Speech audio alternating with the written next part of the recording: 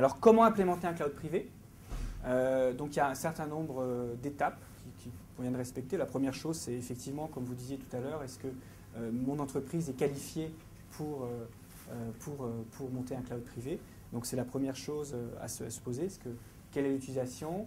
Est-ce que j'ai des applications qui sont éligibles et systèmes éligibles? Donc, effectivement, si j'ai des applications qui sont totalement monolithiques, qui sont anciennes, ça va être assez limité. Donc là, première chose, et là, moi, je vous engage à vous rapprocher de sociétés qui ont mis en place des pratiques pour faire des assessments, hein, des études, notamment Capgemini qui peut faire cette approche-là pour vous.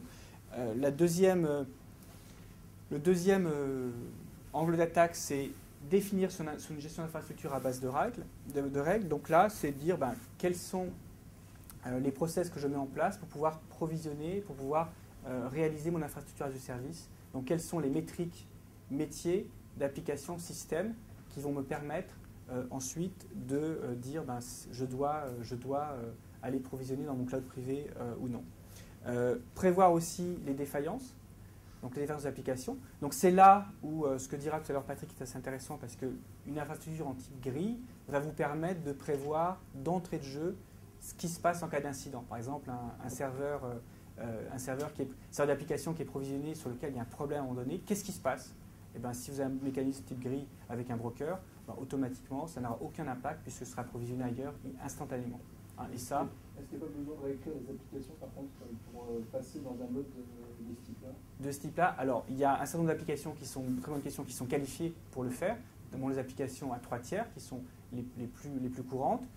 Il y a aussi des applications qui ne sont pas du tout faites pour aller sur ce mode-là. Mais on se propose justement, et là on touche le développement d'applications.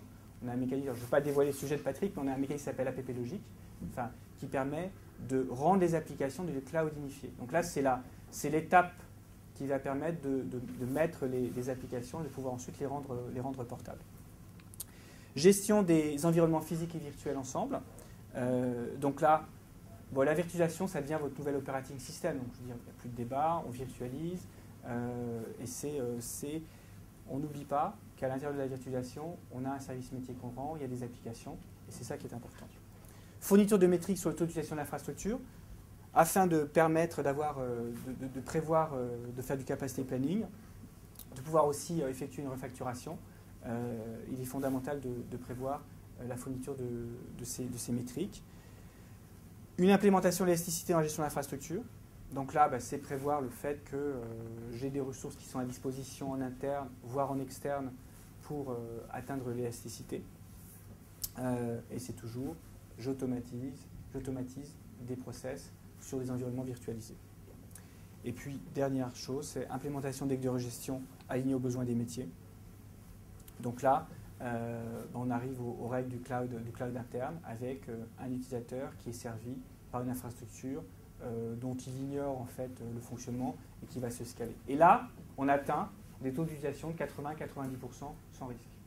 Donc c'est la beauté du cloud privé.